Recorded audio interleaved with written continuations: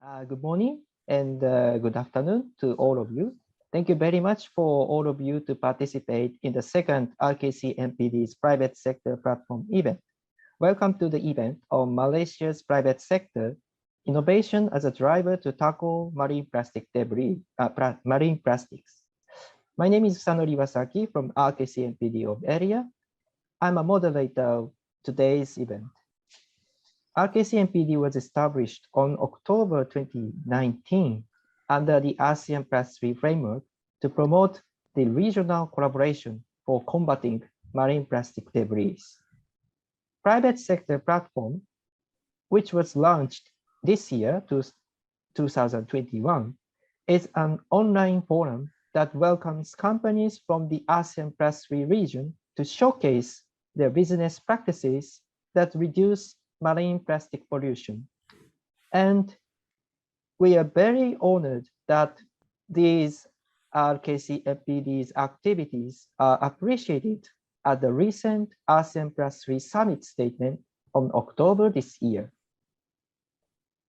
So shall we move on to the first agenda of today's event? So firstly, I'd like to invite Mr. Michikazu Kojima, of Research Fellow of RKC MPD of ERIA, to deliver the opening remark. Thank you, Iwasaki-san. Distinguished participants, ladies and gentlemen, I'm pleased to welcome you to our webinar on Malaysia's private sector, innovation as a driver to tackle marine plastics. As a representative of the organizer, I would like to express my sincere thanks to Dato' Jana Santrian Anak Lelaki Imuni Aya, Deputy Secretary General, Ministry of Environment and Water, Mr. Pauline Goh, General Manager, Malaysian Recycling Alliance Berhad, Mr. Ayamani Anak Lelaki Ibi Sinakalai, CEO of JESA Enterprise Sundrian Berhad, Ms. Wee Chin Yun, Chairman of Sustainability Subcommittee, Malaysia Plastic Manufacturer Association, Mr. Thomas Cho, Senior Advisor in the Office of the CEO, Alliance to End of Plastic Waste, Ms. Ellen Putri, Editor, Research Associate, the Regional Knowledge Center for Marine Plastic Debris area, for your time to share your presentation in this event. Economic Research Institute for ASEAN and East Asia has established Regional Knowledge Center for Marine Plastic Debris on October 1st, 2019, with the support of ASEAN +3 countries. We developed a website to share good practices on marine plastic debris in ASEAN +3 countries, 10 countries in ASEAN, plus China, Japan, and Republic Korea. Our activities encompass a wide range of information collection, analysis, and dissemination with the aim to promote capacity building and national and regional cooperation among the member states. The Regional Knowledge Center recognizes the important role played by the private sectors, who has been pioneering innovate new technologies and products. In fact, they have been contributing to reducing plastic pollution by developing alternative materials and by finding a practical application of the approaches such as reuse, recycling, proper waste disposal, and others. But one company alone will not be able to change the whole economic system. The private sectors need to work alongside other actors, which offer them technology, raw materials, equipment, and customer products or services. Information exchange, not just among the private companies, but also with different actors, will be essential to foster change in a positive direction. For this year, we have developed an online platforms to stocktake and disseminate the private sector's positive business initiative in the region. Last week, I heard that Malaysian government has soft launched the National Marine Litter Policy and Action Plan 2021 to 2030. One of the pillars in the development of technologies and innovation. It also stresses the significance of a multi-stakeholder approach. The private sector is an important stakeholder to develop technologies and innovative alternative materials or recycling system. I'm looking forward to hearing the efforts conducted by Malaysian industries today. I also hope that the Alliance to End Plastic Waste, the International Alliance tackling the marine plastic issue, to introduce their activities in this region. I hope you can learn from the presentation and get some inspiration to mitigate the marine plastic debris issues. In this event, the audience is not only from Malaysia, but also from other countries in the region. Our economies are deeply integrated. Supply chains have been developed beyond the borders.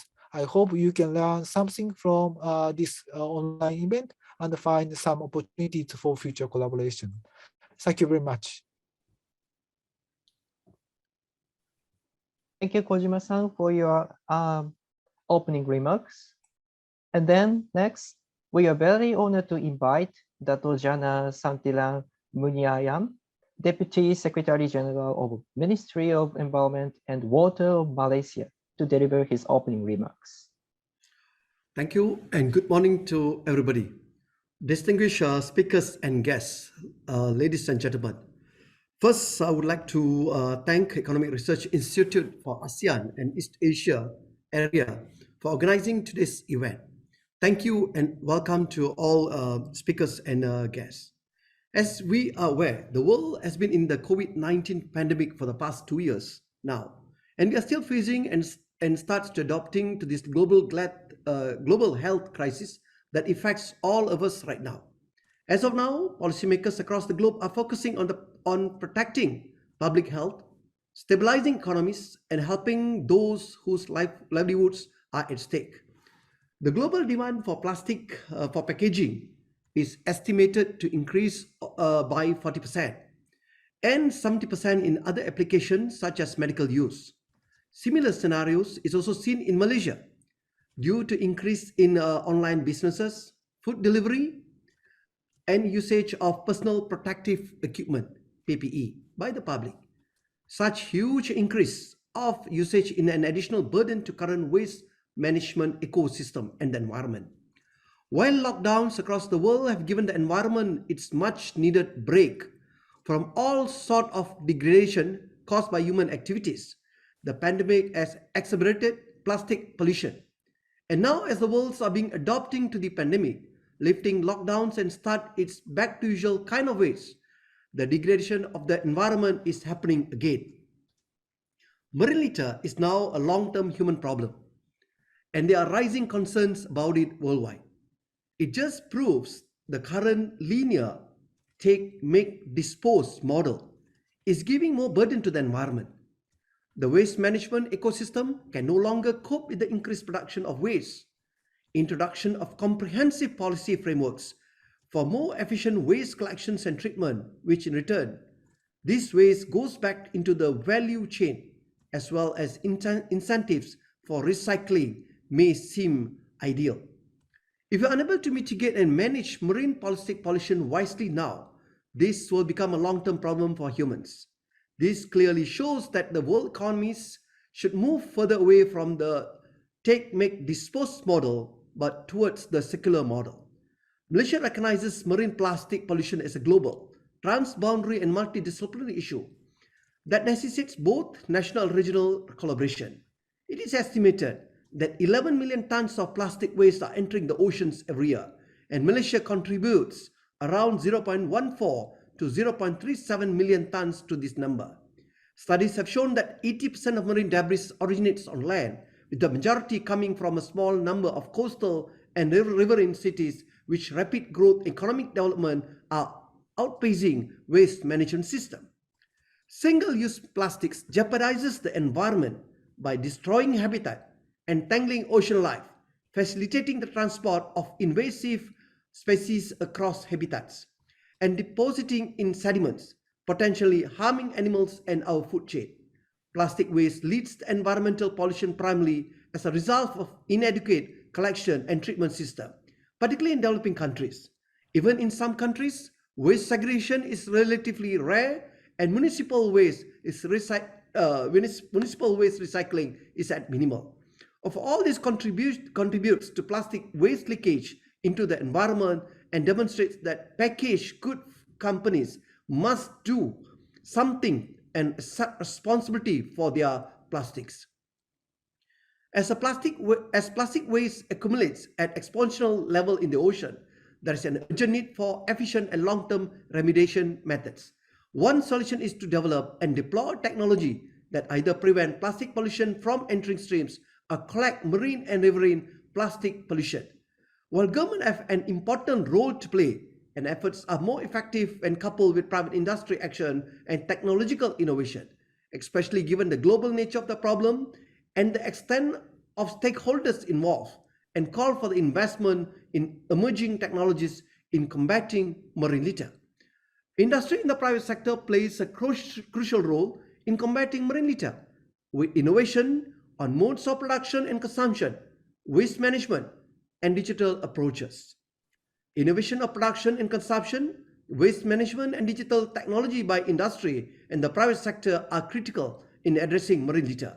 This shows the needs for multilateralism and partnership, engaging industry across the entire value chain, managing and recycling plastic trash, including COVID-19, and reversing or ceasing manufacture of single-use plastics items are also highlighted.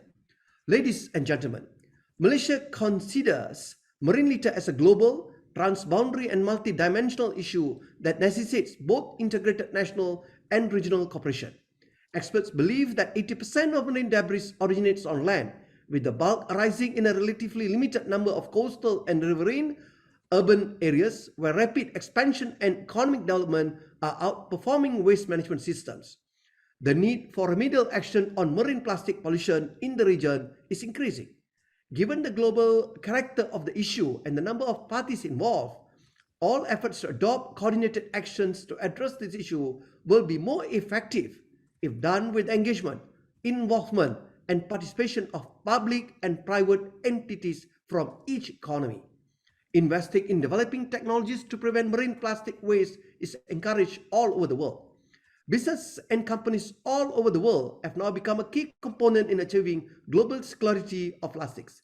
To boost demand for recycled materials, government and businesses must not only reinvent themselves, but also their relationship, particularly when it comes to economic issues that neither can handle alone. Recently, the Back to Blue project, an initiative of economy's impact, and the Nippon Foundation has produced a Plastic Management Index or PMI report where it measures, compares, and contrasts the effort made by 25 selected countries at different stages of development in plastic management, covering the entire life cycle of plastic products. Although Malaysia ranked 13th overall, it indicates the government and public are giving attention in addressing the plastic pollution issues. Malaysia ranked first of the responsible consumer action and perception of plastic waste management, a key component of the stakeholders engagement category, and the second overall in that category, just behind Germany. Taking cue from this, we believe that we can do better if we keep on improving the governance, systematic capacity, communicating the right message, and supported with synergy between government and industries. Ladies and gentlemen, Government of Malaysia is finalizing Malaysian Plastic Sustainable Roadmap, a guiding document for the industry on circularity of plastic waste. Is also expected to be launched before end of 2021. This roadmap will stir action to develop a favorable economic ecosystem through the adoption of circular economy for the plastic industry. This is in line with the Malaysian roadmap towards zero single-use plastic 2018 to 2030. Extended Producers Responsibility, EPR, is one of the key enablers in this soon-to-be-launched roadmap. As a successful environmental policy tool being widely practiced in advanced economies, EPR can be guiding path to a circular economy and a tool to ensure we can shift from a throwaway society to a reuse and recycle economy by generating future life to items we consume. This must be done in tandem with efforts to minimize or reduce needless usage, particularly the virgin resources. Under the EPR framework, manufacturers and producers will be responsible for its product, end-of-life management, and will provide take-back, recycling, and recovery solution. In most economies, producers will form a company called a Producers Responsibility Organization, PRO, to manage trash on their behalf. To further address marine litter challenge, the ministry had soft launched the Malaysian National Marine Litter Framework on 16th November 2021. This framework is aligned with the other global and regional frameworks on action plans such as G20 Implementation Framework for Actions on Marine Plastic Litter in June 2019, adopted at G20 Summit, APEC Roadmap on Marine Debris Regional Action Plan and Marine Litter the year 2019, ASEAN Framework of Action on Marine Debris and Bangkok Declaration on Combating Marine Debris adopted at ASEAN Summit in 2019. It is our greatest hope that today's program could help spur the innovation in addressing marine plastic agenda.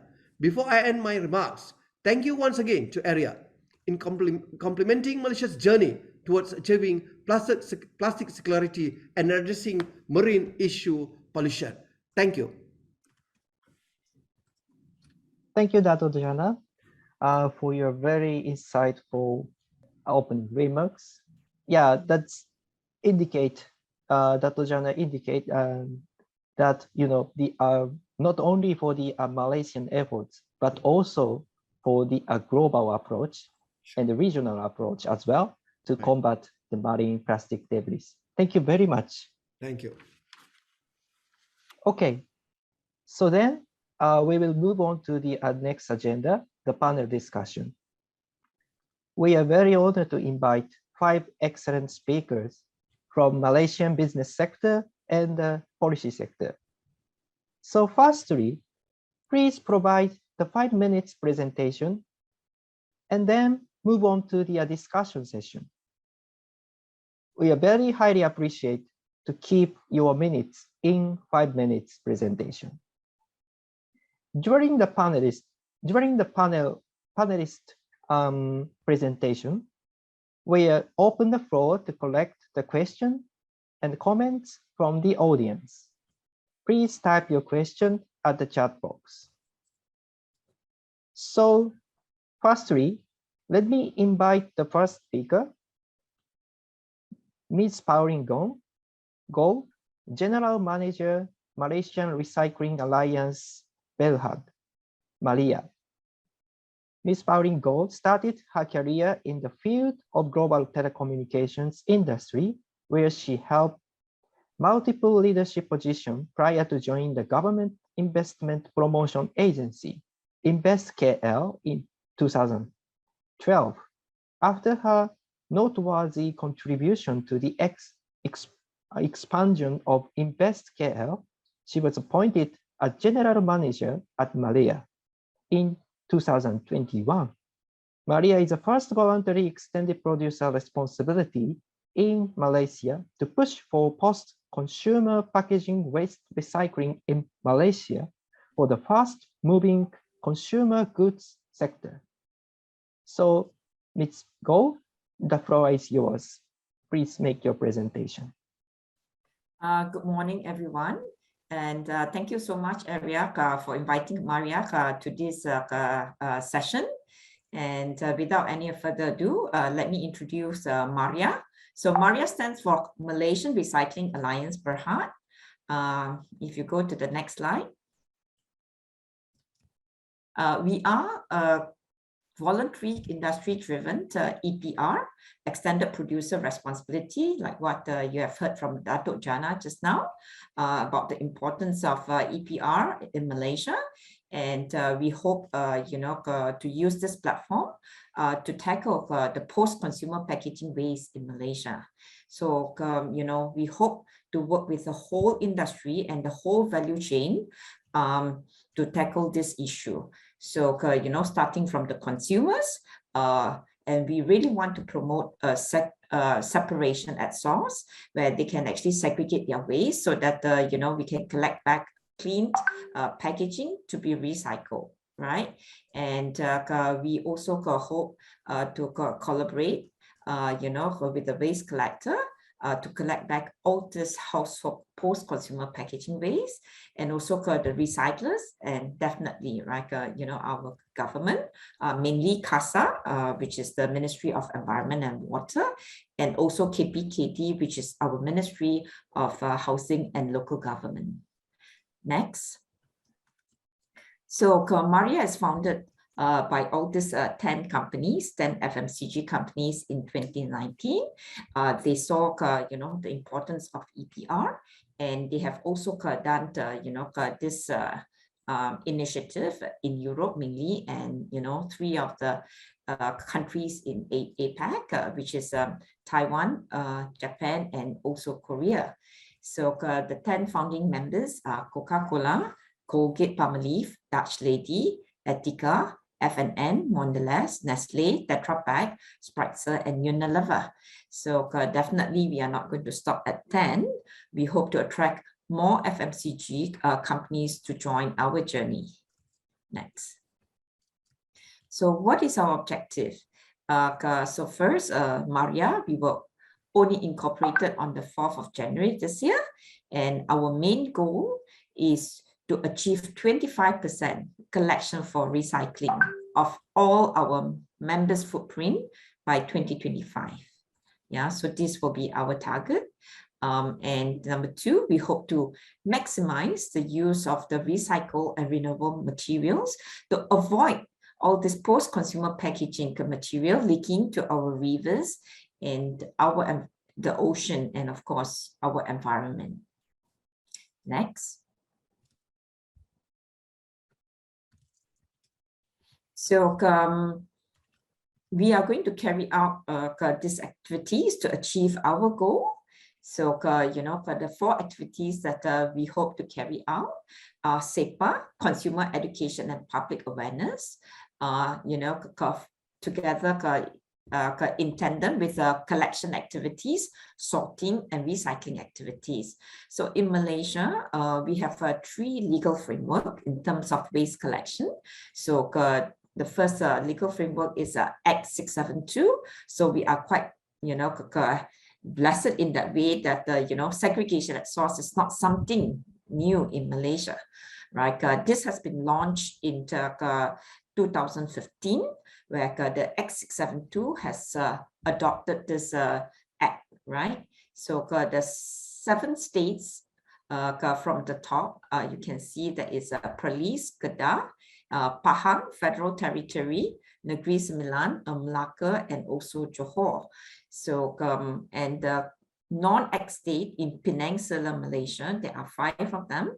And then Sabah and Sarawak is always, very special. So in terms of collection, we hope, to have different models to collect back all this post-consumer packaging waste by working with the, industry legal framework. Yeah, so we hope to work with the concession as in the 672 states and do some curbside collection in the non-act state and also Sabah, Sarawak, and also work closely with the recyclers to help also some of the informal sectors. Next. Yes, so what are we, what are the materials that we will be focusing in? So in the first phase, we'll be focusing in all plastics material together with the used beverage carton or Tetra Pak for short. And in the future, we hope to include, the other post-consumer material as well, like for e-commerce packaging and food and beverage packaging, as well as, paper, glass, aluminum, and other materials in the future. Next. So these will be our activities. So we had done our soft launch on the 1st of April, and we hope to have our official launch on the 21st of January, in line with our first anniversary of the incorporation of Maria. And we will be carrying out, pilot projects that I've mentioned in terms of, curbside collection, working with the concessionaires, and also working closely with the recyclers. And definitely, in order for us to have funding, we need to recruit more members, right? So in this sense, we hope to have more obliged industries to join us. They are the brand owners, the importers, the retailers, and also, the e-commerce company.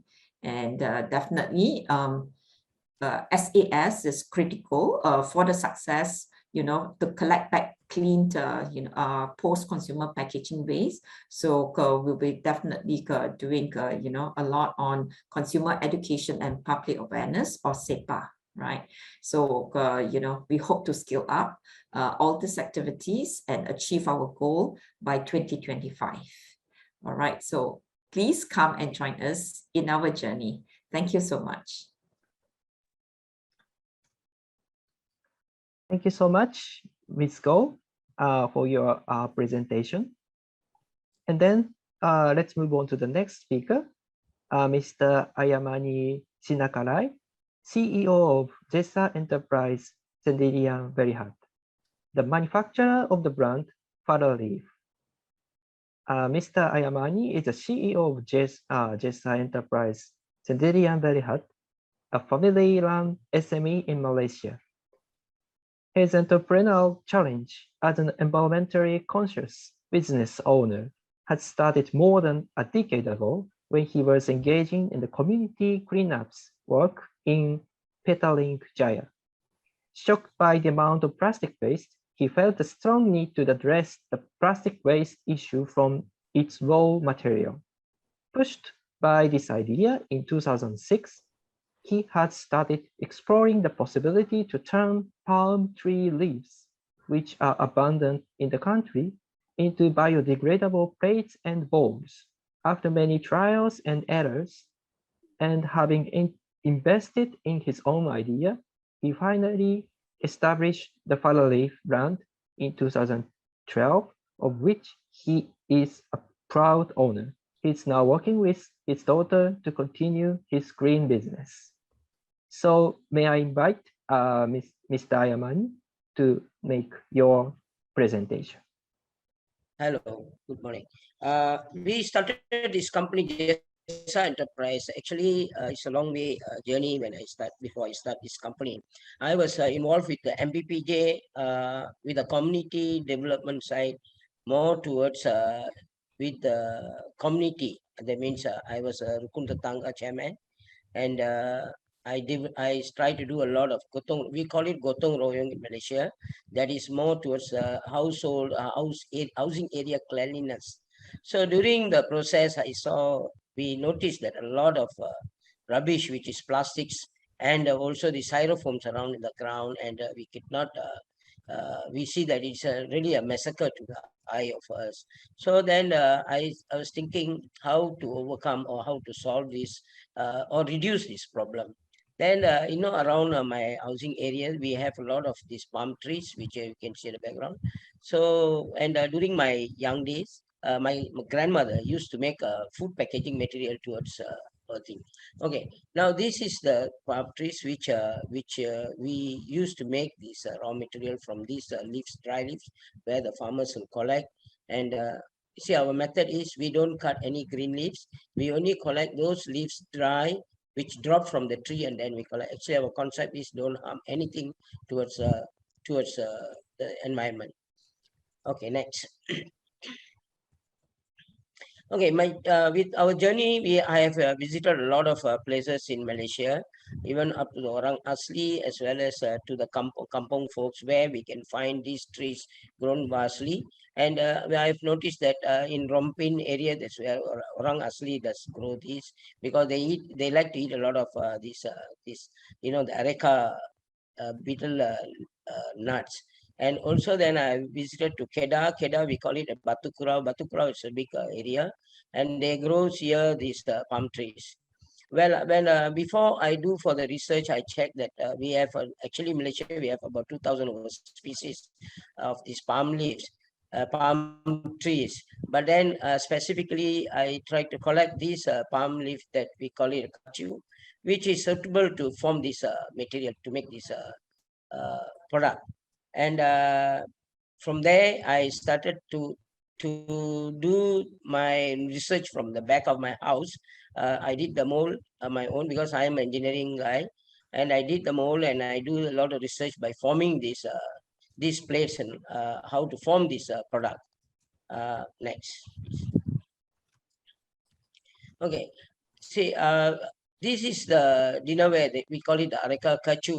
This is the leaf part where we have to form these leaves. We have to bring to our area, and we have to clean the leaves in a high pressure pump. We use high pressure water to clean up this raw material.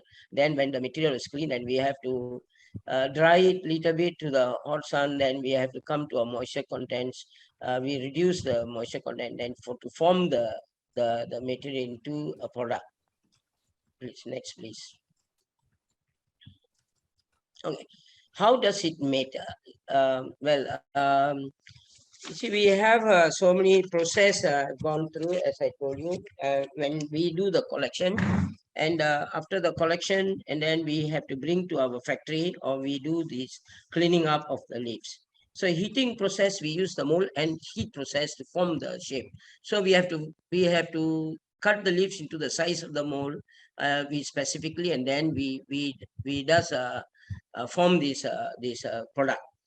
And the last, but then you see why I went into this project, because this totally is a natural product.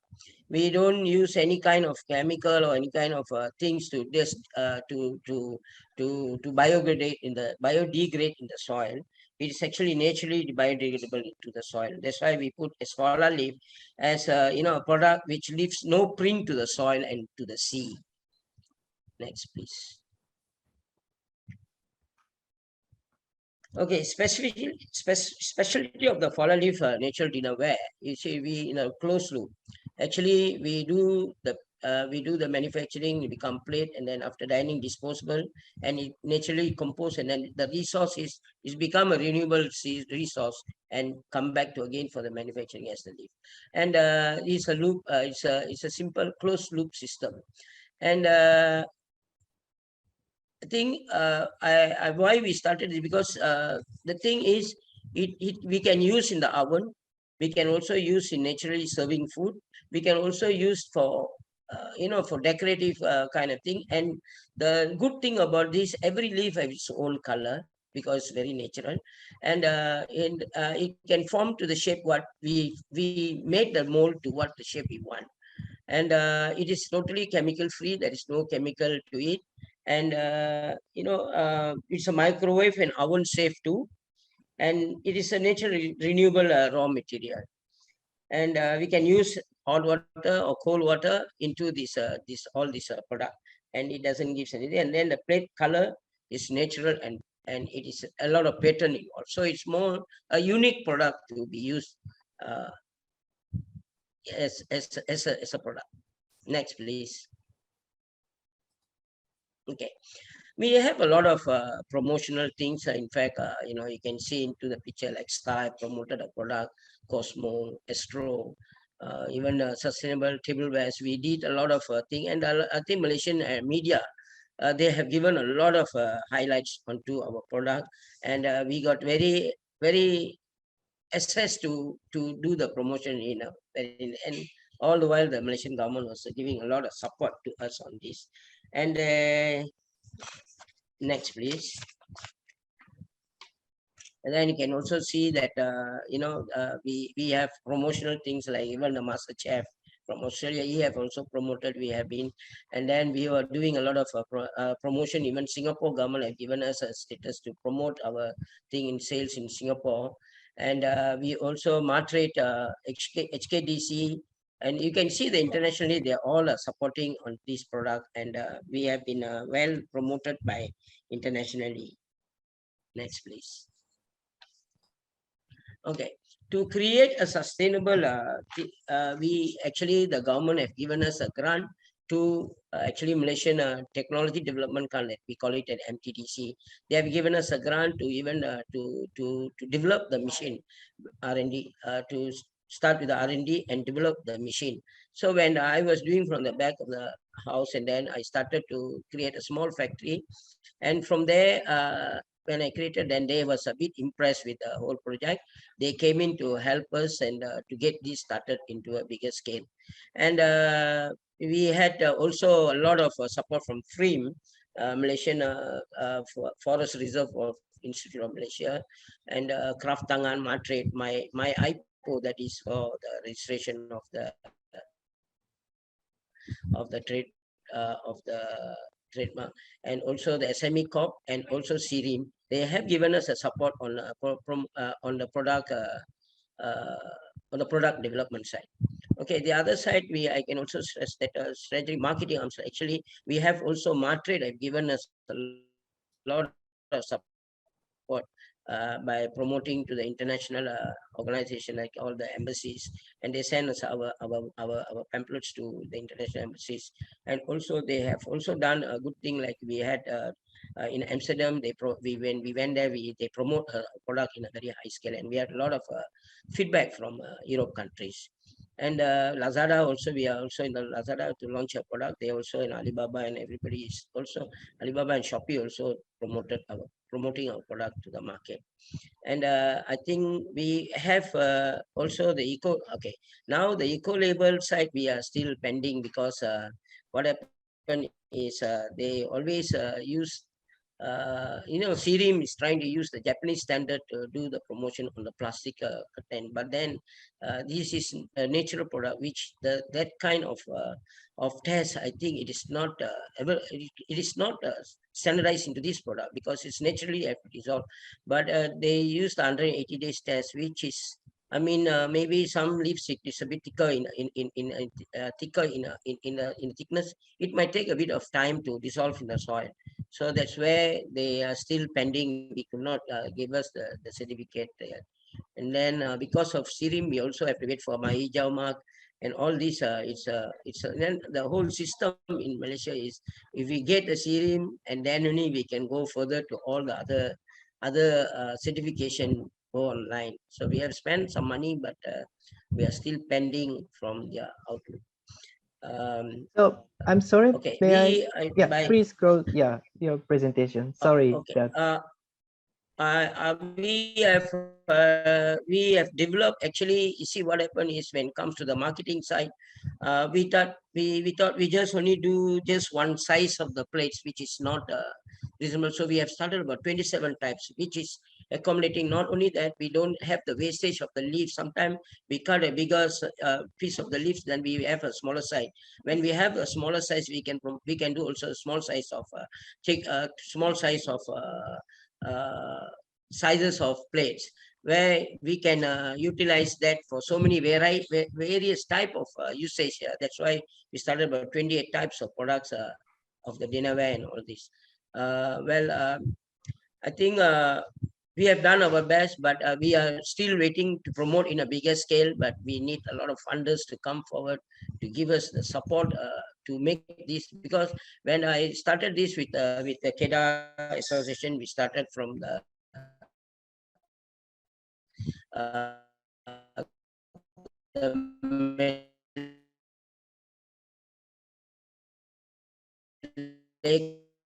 community, and the Malay community. There we also give the whole concept here is, we are creating a business for the kampung, or even the farmer stakeholders. They are also part of the company. They also be part of the development and do this plastic type of things. Then they know this is for substantial product or alternative product, where no need to use this. And some other, the best way of making this this product available in the market, and I hope everybody understand. I think all those panels and as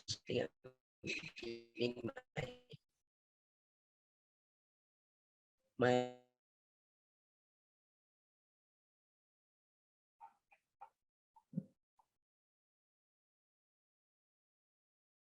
Um,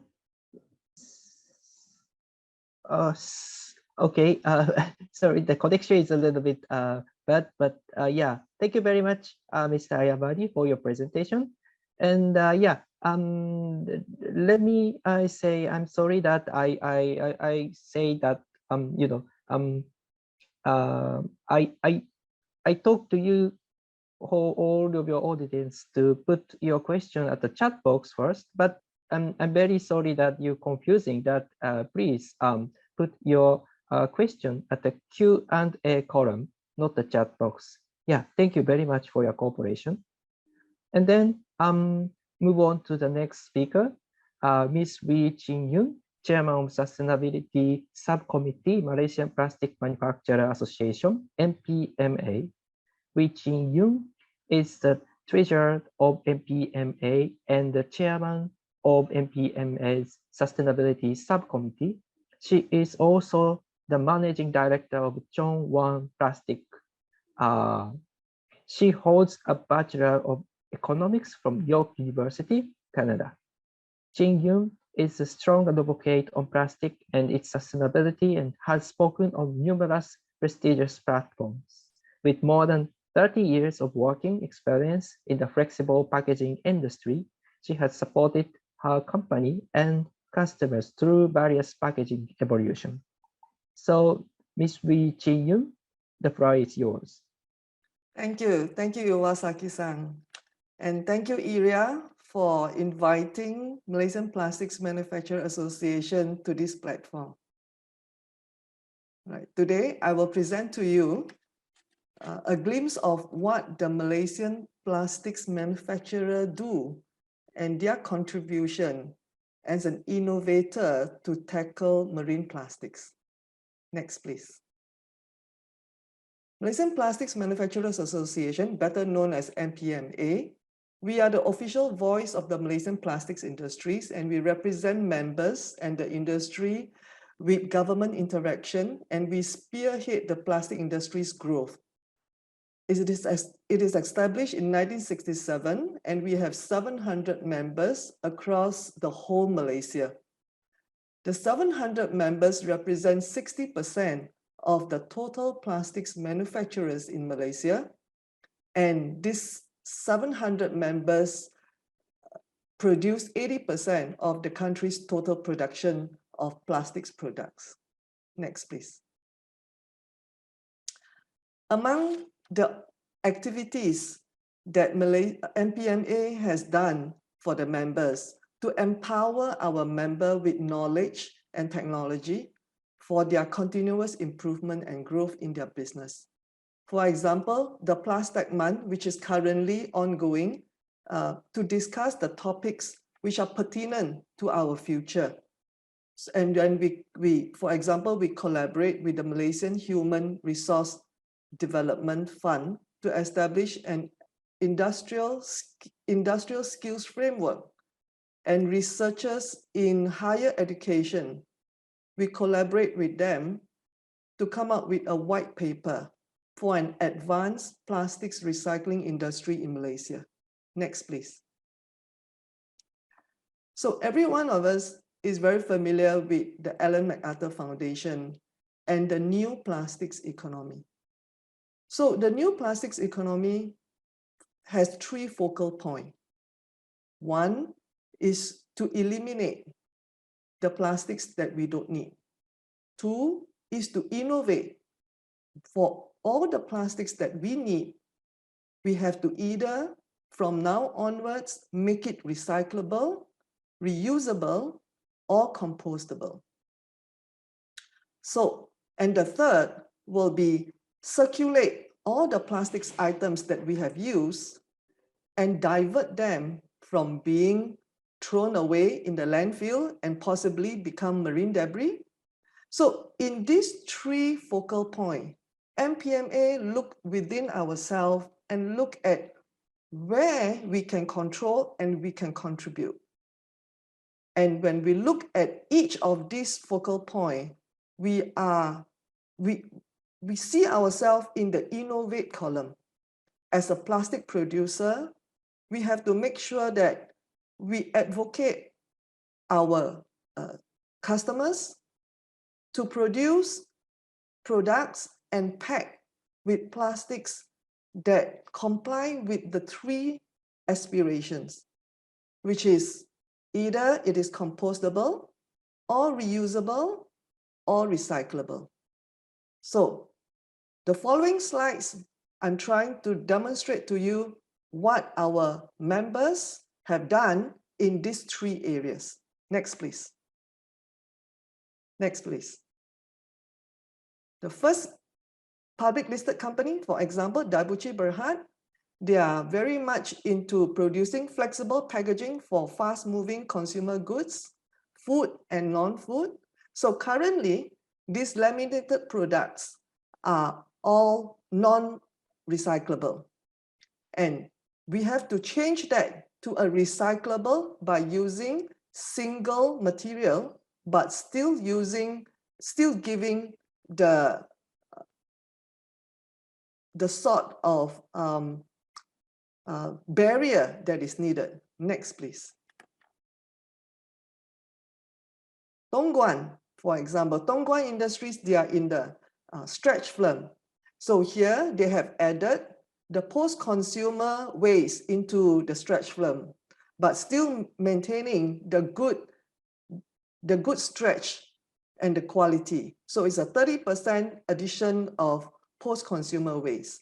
Next, please. Even in garbage bags, our members, Secoplast Industries, they are innovating by putting in, making the garbage bags degradable, and also the Remax version, which is also addition of recyclates into the production of garbage bags. Next, please. DU fiber, this is a recycler, which is an important element to enable the plastic manufacturers to add in recyclates into new production. Next, please. Heng Hiap Industries, they are also a recycler and they use post-consumer waste to produce recyclate, and also, more interestingly, ocean-bound plastics. Plastics that is near the coastal, they are collecting back to make into recyclates. Next, please. So in conclusion, the choice moving forward is to produce sustainable plastics, either recyclable or compostable or reusable. But the end of life, the waste management solution and the consumer education have to be developed to strengthen and reap the benefits of the sustainable plastics that we are putting forward. Thank you very much. Back to you, Iwasaki-san. Thank you very much for your presentation. And then let's move on to the next presenter, Mr. Thomas Cho, Senior Advisor in the Office of the CEO, Alliance to End Plastic Waste, AEPW. Thomas joined Shell in the Netherlands back in early 1980s and had several international assignments across the world, including Saudi Arabia, Hong Kong, China, Australia, Qatar, and Singapore. He had worked in different fields, including engineering and technology, project and business development, venture setup, and global business leadership. After nearly 35 years in Shell, he retired in 2016. Post-retirement, he was a senior advisor at Economic Development Innovations Singapore and is now senior advisor for the non-profit Alliance to End Plastic Waste. He is an adjunct Associate Professor at the Nanyang Technological University. So, Mr. Thomas, the floor is yours.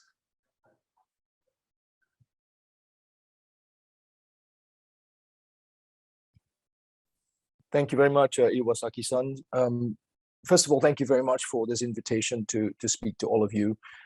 My predecessing speakers have already done a great job covering the background. So I'm going to just make an introduction of the Alliance. It's the Alliance to End Plastic Waste in the environment. So if I can go to the next slide, please. I think Dato Jana has covered this very, very well. He talked about 11 million tons of plastic waste that enters the ocean every year. I think this slide basically highlights that the challenge is enormous. Right? The world produces about 350 million tons of plastic a year. So the challenge is in front of us, and it's been well articulated. So if I can go to the next slide, please. Again, it stresses that there's been a lot of initiatives to try and address this challenge. You've heard from some of the speakers already. I'm sure you've also participated in some other webinars and conferences of this type. And I'm glad to see, the Alliance is glad to see a lot of effort and initiative to address the plastic waste issue in the environment. Here, of course, we're looking at the marine debris, how it affects the marine life, and so on and so forth. But this slide basically highlights that despite all the challenges and all the effort that is in front of us, there's still an enormous amount of plastic waste in the environment. Next slide, please. So the Alliance was formed in early 2019. There was a launch in early 2019. So we're just under 3 years into our life journey, if you like, in terms of forming of the Alliance. It is a community of companies committed to getting ahead of the challenge that I've described to you. There's a global network of industry leaders that got together and basically said they can't just sit there and watch this thing happening. Something needs to be done. The industry players in the plastic value chain believe that they need to take some form of leadership. They also feel that there is the contribution that they can make with respect to technical skills and all the resources that they have, right, in order to tackle a global concern. And in our journey so far, we have now a portfolio of over 30 projects across 60 cities around the world. Our key principles are, as you can see from the slide, we want to act now. We're not going to sit back and debate and discuss what ifs. It's important for us to act now and address this issue that's staring in front of us. The second thing is that it needs a collective action. So I think we have to acknowledge that not one single organization can tackle this alone. All right, so we need a lot of collaboration across the various parties and across various organizations, including working with governments across the world. So we also believe that it needs to be a cross-value chain approach. So in other words, it's not just producers, it's not just retailers, it's not just waste management companies, it's not just recyclers, but we need to work across the various industries in order to make the circularity work. Finally, we are a do tank. So in other words, we don't think about concepts, we don't talk about concepts necessarily on their own. And we would like to demonstrate the actions by doing these projects around the world. Next, please. So, as I said, just under 3 years, we've got a group of companies together across the value chain from, as I said, producers all the way down to recyclers. And you can see some of our member companies' logo on this slide. We also work with partners like ADB, Asian Development Bank, USAID. We work with consulting companies who are strategic allies in developing solutions across the world. So I want to stress that this is a global non-profit organization. So you can see some of these companies here, including the Asian ones, like, for example, Sinopec, which is a Chinese company, and quite a few Japanese companies involved in this process as well. Next, please. There are 4 strategic areas we're addressing, some of which the previous speakers have addressed. Dr. Jana, for example, talked about the importance of innovation. So did Ms. Wee. So we're addressing 4 key pillars here: infrastructure, innovation, education, and cleanup. And you can see roughly how we're going to allocate the funds that we're raising in order to address these 4 key strategic pillars. Infrastructure is a very important one. You can see it takes a lion's share of the funds that are available. And I think you've already heard that a lot of the ocean-bound plastic waste is due to the lack of infrastructure in order to collect them and segregate them and then obviously treat them appropriately. Innovation, I think, speaks for itself. Education and cleanup, I think all of us understand that that plays a very important role in terms of understanding the importance of, basically how you use plastic, how you should make sure that it doesn't leak into the environment. And if it does, obviously there needs to be a cleanup campaign associated with it. Next, please. No, so we are a solution-oriented organization. And what we are driven by are these 4 key themes, right? So one, it needs to be sustainable. So we're not just after a one-off solution. We're looking for a solution that sustains itself for many, many years to come. So we understand that for sustainability, there need to be an economic case so that it can continue to propel itself. That leads on to the second theme, which is scalability. So we're trying to develop solutions that is scalable beyond, if you like, just, for example, just a cleanup. And whatever solution there is out there, we need to have the scale in order to move the dot, if you like, in changing the amount of plastic waste that escapes into the environment. So you heard earlier on that I mentioned 350 million tons of plastic being produced every year. That is a very, very, very large scale. And whatever solution that is being developed needs to address that kind of challenge. It needs to be catalytic. We understand that no single organization can handle it on its own. So we need to catalyze this effort, catalyze both governmental as well as non-governmental organizations in order to address the plastic waste problem together. And finally, circularity. Of course, in an ideal world, we want to move away from a linear to a circular economy. So a lot of our effort also goes into developing circular solutions. Next slide, please. This is roughly, basically where the focus of funding is. Lion's share is in Asia Pacific. You heard again earlier on that a lot of the leakage into the environment is from this part of the world due to the economic growth, of course, over the last 10, 15 years. And infrastructure still has to basically catch up with it. But despite that, we are also working in other parts of the world like Europe, North America, South America, and of course, Africa and the Middle East. And that's how we sort of spread our effort and focus of our funding. Next, please. So as a last slide, I want to go back to this ultimate effort of circularity. So the Alliance, for example, have identified 6 gaps. I would like to highlight them, and they are basically a design gap. So in other words, you design for circularity. We acknowledge that there is a data gap. Many of you would probably say that unless you know what's out there, you kind of can't address it properly, right? So I think we need to improve the data that's out there, in order to target our effort at the places where it needs the attention the most. There's also an alignment in terms of solutions that are possible. What are the interpretation with respect to circularity? There's different talks about upcycling, that talks about repurposing. What does circularity actually mean?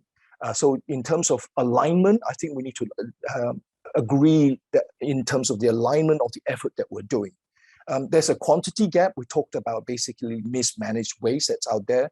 We need to get as much of the waste as possible out of the environment. So there's this quantity challenge with respect to infrastructure. There's a quality gap. I think that's been mentioned earlier on about source segregation, for example. And that is to try and make sure that the plastic waste that's being collected is not contaminated and is as readily available as possible for recycling. And finally, there's the affordability gap to close the circularity loop.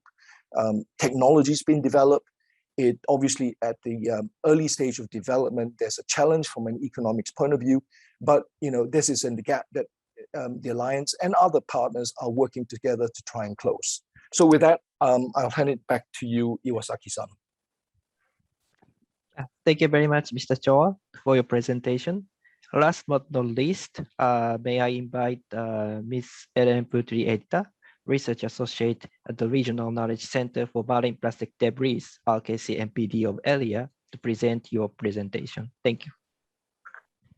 Thank you so much, Iwasaki-san.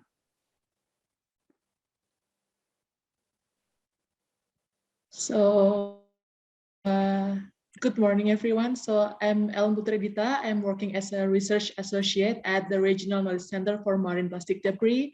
And today I will present about the private sector online platform that has been launched by our center. Next, please.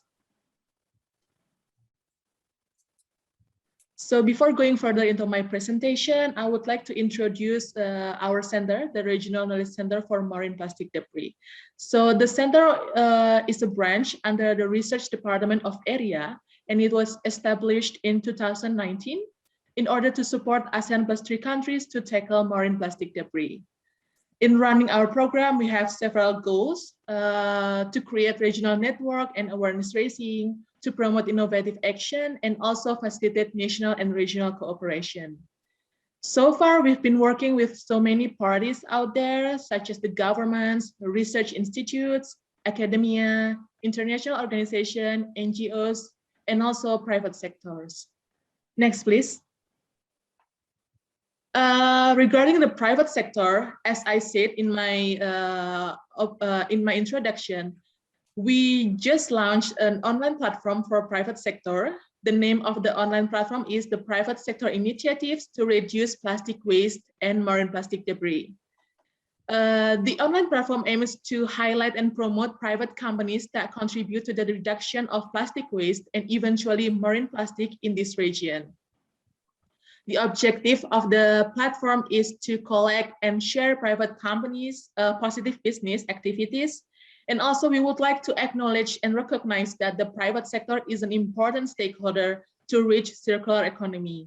And last but not least, the objective of the online platform is to help the companies to expand their business opportunities within this region. Next, please. So what will be the benefit for the private companies if they join our platform? The first one is to be better known to potential customers within ASEAN Plus 3 countries, to make the company sustainability efforts known to the public, and to be able to find potential B2B or even B2C opportunities. And we want to help the companies to find a potential investor to expand their business in the future. Next, please. So who can participate in our online platform? So as long as the company is operating in ASEAN Plus 3 region, and it is contributing to the plastic waste and marine plastic pollution, then the company is eligible to join our platform. So the example of the business that can participate in our online platform is like the plastic recycling business, services to replace single-use plastics, alternative material to plastics, and many more. Next, please. So here are some stories that have been shared in our platform. You can see over here that there are River Station from Thailand, Coinpack from Indonesia, Pirika from Japan, and we also have several Malaysian companies that have joined us in our platform, such as Jesa Enterprise, Chonghua Plastic, Heng Hiap Industries, and many more. So please visit our private sector platform and find many inspiring companies there by using this link, rkcmpd-area.org/story. and probably you can participate your company there, or you can find your future business partner from our stories that have been shared there. Yeah, thank you for your attention. If you have any question in the future, please contact us in maroonplastic@eria.org, and please follow us on social media also. Over to you, Iwasaki-san. Thank you. Thank you very much, Aaron-san, for your presentation. And please look at the chat box, and you can click the link of the ERIA RKC MPD and the private sector platform, as well as our social media. So please follow our social media, Twitter, Facebook, LinkedIn, Instagram. And then, sorry that my mismanagement, so that we have only the 20 minutes to make the discussion session. So let me firstly make the question from the moderator. Yeah, please, for all of the presenter, please respond the question as quickly as possible. Thank you for your cooperation. So that, let's move on to the first question. So Malaysia National Marine Litter Policy and Action Plan 2021 to 2030 was soft launched last week during the Sea of Solution event. It is developed in response to the government's commitment to address the pressing issue of marine plastic litter in Malaysia and also in the region. What would be the concrete roles of Plastic Alliance in Malaysia, including Malaya and MPMA, in supporting the implementation of the policy and plan? So may I invite the question to Ms. Go and Ms. Wee. So Ms. Go, can you respond first? Sure. So yeah, we are happy that CASA has done a soft launch, and we have actually pledged to combat the marine plastics by carrying out our voluntary EPR. Right? We believe that stopping, the post-consumer packaging at source, is the right way for us to prevent all this packaging leaking into the ocean. Right, so we hope to carry out, expand our voluntary EPR in Malaysia to achieve the goal that CASA has actually launched. Thank you. Thank you very much. Ms. Wee, can you respond? Sure. MPMA will continue to emphasize on the education. So we believe that whatever recyclables, whether it's plastics, paper, or metal, should be salvaged, should be segregated, right? So we will continue our effort to educate school children, because we believe that this mindset has to be implanted when they are still young, right? And at the same time, we will continue to illustrate to the public what recycling is, because next year we will have a recycling truck demonstrating a simple recycling process, so that the public can see where their recyclables is going through. Thank you. Back to you, Iwasaki-san. Thank you very much for your comment and can respond. So let's move on to the next question. What are the most difficult challenge that small and medium-sized company like you're facing during the conception and the development of environmentally friendly products? What could be the policy support that the government can provide to facilitate the SME to flourish? May I invite Mr. Ayamani to respond to that question?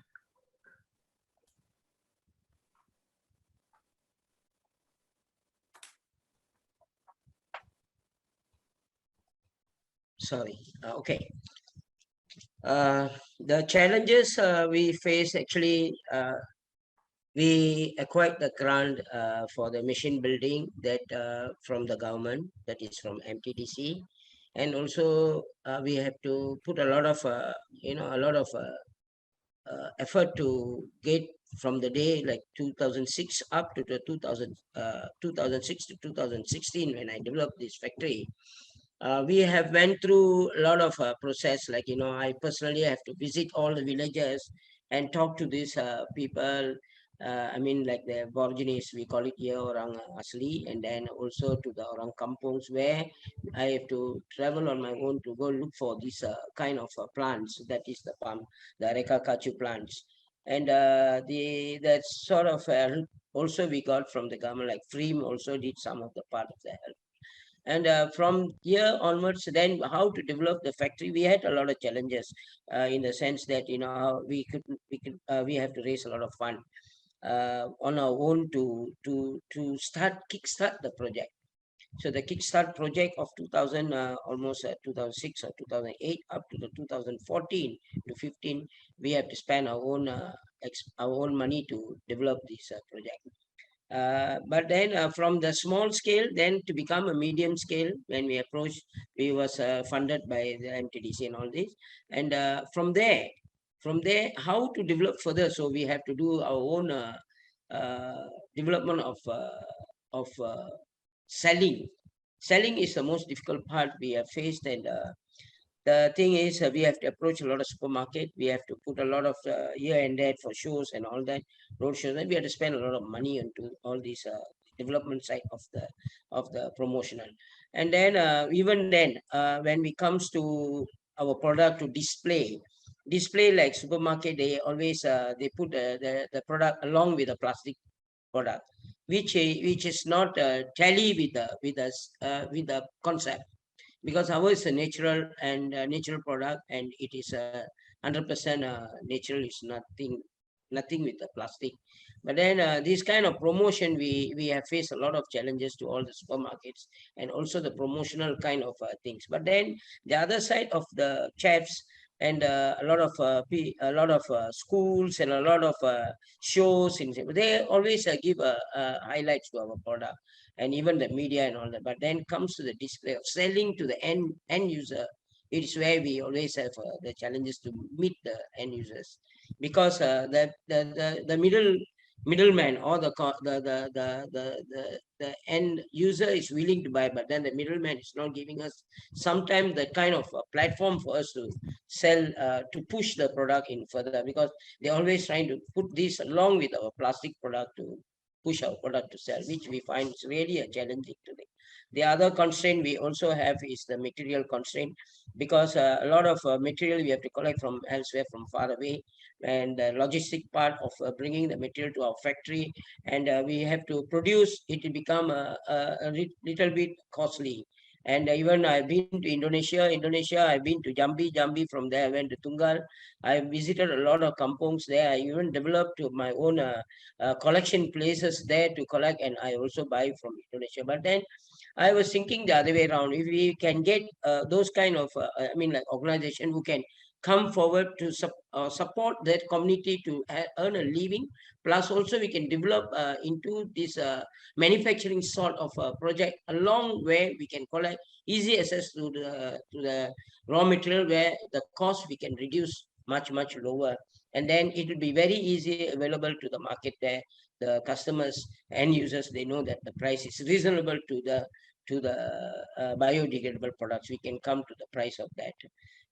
The other side is still, after this COVID, we have a lot of constraint, and because they can't go and collect, because as I told you earlier in my project, in our project paper, that these leaves have to dry and drop and then we collect. That is the concept, because we cannot use the green leaf. And then to do that part of the strategy also, we have been stopped for almost 2 years, and then the thing is not moving. And the other part is also, they say only essential goods during the COVID time we can produce. So this product is not essential product they have considered, and we find quite difficult for the last 2 years to develop further, to go further higher level. So, but then I hope everything will be fine in the future, if unless we can get this done near to those to the place where the planters who are planting this, they have a lot, and then we can sustainably, we can do small platform or small cottage kind of industry to all those people, and we can support, and we can see that we can bring the price, and we can also promote this faster. So I think this is the challenges I'm also looking into and we also thinking that if a lot of funders who are, as I heard from all the speakers, they can really look into these kind of things. We can sit down and we can discuss. Then I can throw my ideas. We can, because I'm also a machine developer and we develop everything by own. So I think it's not a problem for me to further enhance the project to further. I think these are the challenges. Thank you very much. Okay, thank you very much. Thanks. Oh, sorry that let's move on to the third question to Mr. Cho. So, according to you, what are the role of Alliance in establishing meaningful industrial standard and certification to combat greenwashing and bring about a truly positive change? Thank you, Iwasaki-san. Well, I think that first of all, from the Alliance point of view, as I mentioned earlier on, we are not a trade association, right? So I can't speak on behalf of in the industry per se. We're not a foundation either. We're not an NGO that specializes in a specific policy or political issue. And we, as a US registered 501c3, we're not allowed to lobby, and we do not lobby. So I think in terms of what the Alliance does, the Alliance to End Plastic Waste, we like to basically show what we do in terms of what we deliver in terms of our projects, what we deliver in terms of removing plastic waste from the environment. I believe that there are other platforms in which standards could be set, and they're appropriately handled, I think, by relevant organizations in those areas. So I hope that addresses your question, Iwasaki-san. Thank you very much. Okay, so that I will pick up the question from the audience, and okay, the first question, may I put, in what ways are consumer education being planned exactly, especially for adults? How will the execution be in ways that will influence mindset and behavior? So may I invite Ms. Go to respond that? Yeah, I think education is truly important. We have not implemented this in Malaysia yet, and we certainly look forward, and we really, hope that the NPMA, can achieve this effort, because, behavior change is always start, from school and from young, right? Why Japan is so successful in these areas, because, this has been inculcated when they are young in school. Like Taiwan has also shared with us why the EPR in Taiwan, was so successful, because they have actually environment education, started from the primary school to the secondary school to even all the government servants, since year 2000. So for me, this is definitely critical.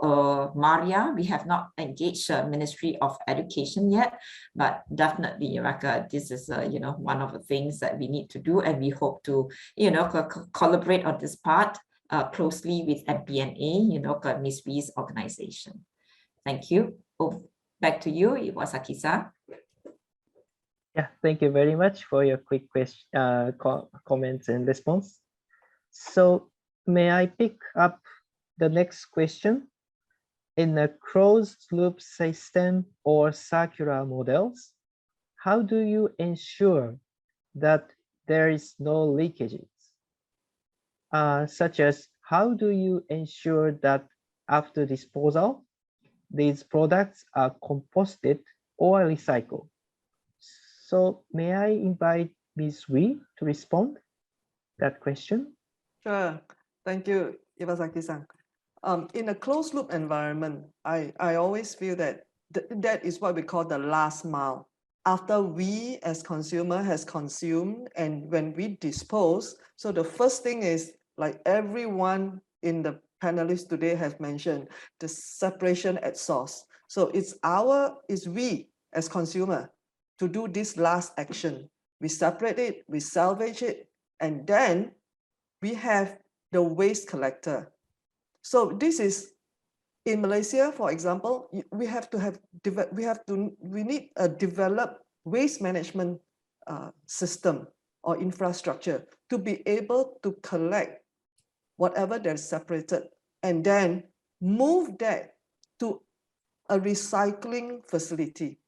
So this is where we truly say closed loop. But the first thing has to happen. The separation at source has to happen. Otherwise, whatever recyclable material that we put out from the factory is of no use. So the same thing goes to compostable. But if Malaysia doesn't have a compostable facility or a dedicated organic waste collection, then this compostable route has to be reconsidered. Yeah, okay. That's my opinion. Yeah. Thank you very much for your quick response.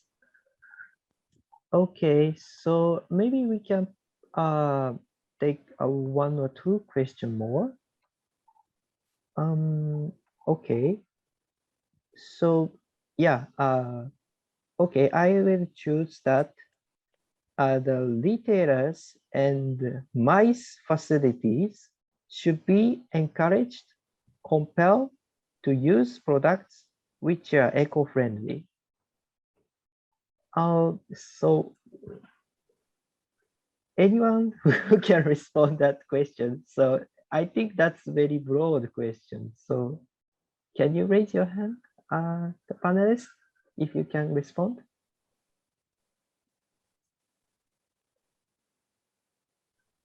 I'll try. Okay, thank you. Right. So the alternative material very much depend on the cost. Yeah. So if we have an alternative material, we really have to look at the cost, and we can hear from Mr. Ayamani here. It's not easy. Yeah. The alternative material, due to the scale of production, perhaps, it's available, but maybe it's not at a scale where it is can be made affordable yet. So, but there is always niche market in this consumer world. There are people who are willing to pay. Yeah. So I'm not saying that we need to discourage that, but both sides, the consumer like us has to support. At the same time, hopefully the producer of the alternative material can also find a way to sustain until such a time where they can bring the cost down.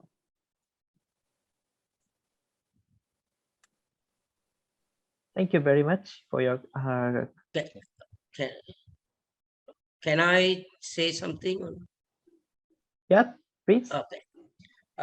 You see, to bring down the price, as I told earlier, we can bring down the price provided we have that kind of production where it is more towards the cottage industry, or we can go. But the high scale, and again, I look at it to the aspect of consumer, like my product, or we can use this kind of product where this can be reused again. Actually, after using, like me, I use my plate after eating, I can use 10 times. After 10 times, then I can just put to the soil and it disappear. So the consumer, end of the day, the consumer must understand how to bring that to the consumer mind is something which a lot of media or a lot of writers, or sometimes we have to bring this to their mindset. And in that way, we can also reduce really we can reduce a lot of waste if they can try to use it. They must have that heart, the passion that I care for the earth, I care for the world, I care for this global warming, or I care for this, then I think we can really, we can read the price of the cost is actually nothing when you can use 10 times a plate. And it is just, it become about 7 cents, 6 cents, which is much more cheaper than the plastic material which we are using. It's how the consumer want to feel, how does we want to address to them, how it can reach to the mindset of the consumer. Thank you. Maybe I'll take the Thank opportunity you very much. to add a little Yes. bit to this. So I guess it goes back to the circularity gap I shared with you earlier on, right? There's also this gap that, if you recall, what we call alignment gap. So when you talk about eco-friendly, there's already a lot of coverage, maybe in Europe and elsewhere, about the labeling of eco-friendly stuff, right? There's sort of mislabeling, and how do you define actually what is eco-friendly? I'm not, by the way, I am very much in favor of eco-friendly stuff, but I'm just stressing the point that I think there needs to be a clear definition and alignment around what is exactly eco-friendly. What a solution might be on the surface attractive from a certain perspective, might, from a life cycle analysis point of view, actually result in more damage to the environment than what you're trying to resolve, if you see what I mean. There's also this issue that Ms. Wee talked about, which addresses the affordability gap that I tried to highlight earlier on, right? There's also that quality gap that Ms. Wee talked about and Ms. Goh talked about in terms of source segregation. It's the quality of making sure that it can be recycled. Otherwise, it just gets contaminated and destroyed. So I just want to take the opportunity to highlight some of these gaps that are out there that needs to be addressed. Thank you very much for your response. And yeah, actually that the time has come, and yeah, I want to close the Q&A session. Yeah, thank you very much for your all of the panelists to respond the question and the comments. So before closing today's event, so may I invite again Mr. Michikazu Kojima from RKC MPD to deliver your closing remarks. Thank you, Iwasaki-san. I'm very, very impressed with your kind of presentation and also Q&A session.